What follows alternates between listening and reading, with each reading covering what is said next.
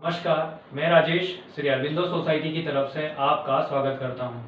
हम आपको शिक्षा में शून्य निवेश नवाचार कार्यक्रम ZIA द्वारा संकलित रोचक नवाचार के बारे में बताएंगे। हम इनोवेटिव पाठशाला के अंतर्गत UP2 बोर्ड की कक्षा 3 की गणित विषय की पुस्तक के पाठ 10 मनोज का हिसाब में थीम आधारित उपस्थिति नवाचार का क्रियान्वयन इस वीडियो में हम देखेंगे। सबसे पहले प्रस्तुत पाठ मनोज का हिसाब का सारांश मैं आपको बताना चाहता हूँ। प्रस्तुत पाठ रुपयों के जोड़ घटाव के ऊपर आधारित है। आइए हम बात करते हैं नवाचार की नवीनता के बारे में। प्रस्तुत पाठ में एक थीम पहले से ही निर्धारित की जाती है इस थीम आधारित उपस्थिति में, और इस थीम का उपयोग जब शिक्षक उपस्थिति दर्ज करते समय छात्रों की उपस्थिति दर्ज करते समय करते हैं तो छात्र भी थीम से आधारित शब्दों का उपयोग करते हैं, जिससे कि वह कॉन्सेप्ट को लंबे समय तक याद रख सकते हैं। आइए हम बात करते हैं नवाचार की क्रियान्वयन के बारे में। यदि हम नवाचार के क्रियान्वयन की बात करें तो प्रस्तुत पाठ में रुपयों के जोड़ घटाव पर आधारित है, तो इसमें जो नोट हैं उनको सिक्कों में बदलने की जो बात है उस पर ये कहानी उस पर ये आधारित है, उस पर ये नवाचार क्रियान्वित किया जाता है। उससे संबंधित जो जानकारियां हैं उनका छात्र उपस्थिति दर्ज जब उनकी होती है तब वे करते हैं। अगर आइए हम बात करते हैं नवाचार की क्रियान्वयन की अवधि के बारे में। यदि इस नवाचार के क्रियान्वयन के बारे में बात करेंगे कितना समय लगता है, तो इसमें मात्र 20 मिनट का समय लगता है। आइए हम बात करते हैं पूर्व प्रबंधन के बारे में।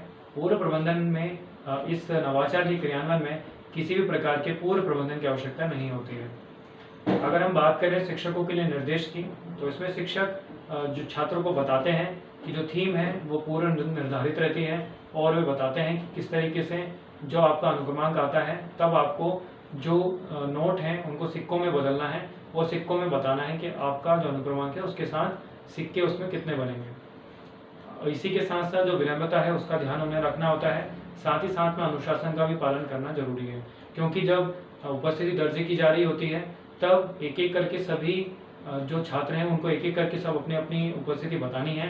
सभी छात्रों को एक साथ नहीं बताना होता है, और जिसकी उपस्थिति दर्ज की जा रही है और वे जिस शब्द का या जिस जानकारी का वे उल्लेख कर रहा है उसे ध्यानपूर्वक सुनना भी होता है, जिससे कि वे कॉन्सेप्ट को लंबे समय तक याद रख सकते हैं।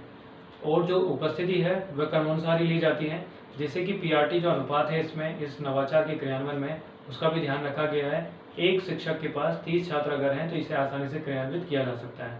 तो ऐसे ही एक अनुक्रमांक 1 से लेके अनुक्रमांक 30 तक क्रमानुसार उपस्थिति दर्ज की जाती है।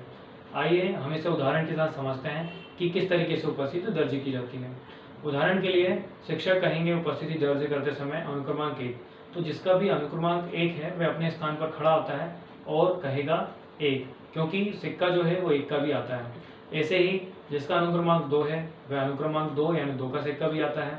इसके बाद जिसका अनुक्रमांक 3 है वह बोलेगा 2 और 1, क्योंकि 1 और 2 दोनों के सिक्के आते हैं। ऐसे ही 4 में, तो 4 में वह ये भी कह सकता है कि 2 और 2 के 2 सिक्के, या फिर ये भी कह सकता है कि 1 के 4 सिक्के, या फिर 2 के 1 के 2, 2 का 1 और 1 1 के 2 सिक्के। तो इस तरीके से जानकारी वो बता सकता है। तो छात्रों को जो समझ में आ पाता है कि जो सिक्के हैं वे कितने के होते हैं, जो नोट हैं वे कितने के होते हैं, कितने रुपए तक के नोट होते हैं, और उनको सिक्कों में किस तरीके से बदला जाता है। शिक्षक एक एक करके सभी छात्रों से अंतिम अनुक्रमांक तक इसी प्रकार की जानकारी को दोहरा पाते हैं, और दोहराने के साथ साथ वे इस कॉन्सेप्ट को छात्रों को भी लंबे समय तक याद करवा पाते हैं। आइए हम नवाचार के क्रियान्वयन से प्राप्त होने वाले प्रतिफल के बारे में बात करते हैं। तो प्रस्तुत पाठ है, जब इसमें ये जानकारी छात्रों को दी जाती है और बताया जाता है तो वे नोट और जो बाजार से सामान लेते समय इन सारी जानकारियों का ध्यान रखते हैं और उन्हें अपने दैनिक जीवन में जोड़ पाते हैं। इसी के साथ साथ वे कही जा रही कहानियों और जितनी भी सारी बात बताई जा रही है, जो शब्दों का इस्तेमाल किया जा रहा है, उन्हें अपनी जो दैनिक जीवन की भाषा है उसमें इस्तेमाल करते हैं, और जिससे कि अपनी भाषा को सुदृढ़ कर पाते हैं और अपने गणितीय ज्ञान को भी बढ़ाते हैं। यदि हम बात करें विशेष आवश्यकता वाले छात्रों की, तो ये नवाचार उनके साथ भी क्रियान्वित किया जा सकता है।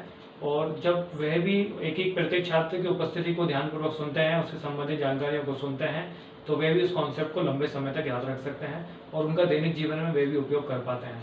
अगर हम बात करें NCF 2005 की, तो थीम आधारित उपस्थिति नवाचार विद्यार्थियों की सक्रिय भागीदारी के ऊपर आधारित है, इसीलिए ये नवाचार इन्हें भी जो NCF 2005 है इसके उद्देश्य की पूर्ति भी करता है।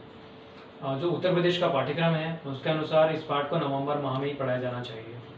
प्रस्तुत पाठ मनोज का हिसाब में आज हमने थीम आधारित उपस्थिति नवाचार का क्रियान्वयन समझा। इस पाठ में और भी कई सारे नवाचारों का क्रियान्वयन किया जा सकता है। हम आशा करते हैं इस वीडियो को देखने के बाद इस नवाचार तकनीक को अपने विद्यालय में आप अवश्य ही क्रियान्वित करेंगे। इस तरीके की कई और दिलचस्प नवाचार हम आपके सामने लाते रहेंगे। आपसे अनुरोध है, आप हमारा YouTube चैनल जरूर सब्सक्राइब करें।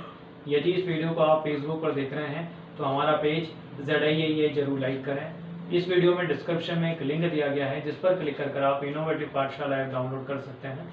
इस वीडियो को देखने और लाइक करने के लिए आपका बहुत बहुत धन्यवाद।